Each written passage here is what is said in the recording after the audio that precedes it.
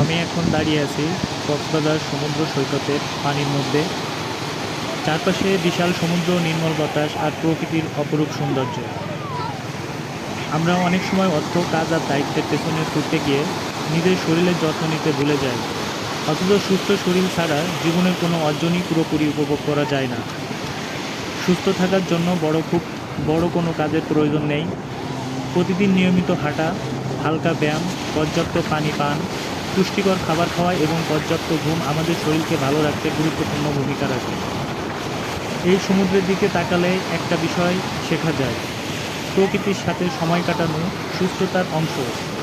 খোলা বাতাসে কিছু সময় হাঁটাহাঁটি করলে মন ভালো হয়, মানসিক চাপ কমে এবং শরীরে নতুন উদ্যম আসে। মনে রাখবেন, অসুস্থ হওয়ার পর চিকিৎসার পিছনে সময় ও অর্থ ব্যয় করার চেয়ে সুস্থ থাকার জন্য প্রতিদিন কিছু সময় বিনিয়োগ করে নিজেকে সময় দিন, নিজের গুরুত্ব বোঝান।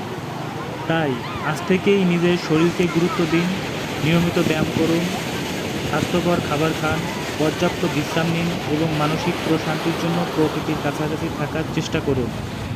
সুস্থ শরীর, সুস্থ মন এবং সুন্দর জীবন, এই তিনটি একে অপরের সঙ্গে জড়িত।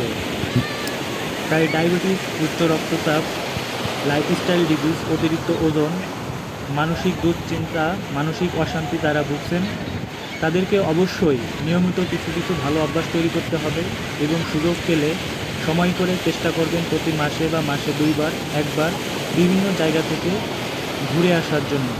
ভালো থাকবেন।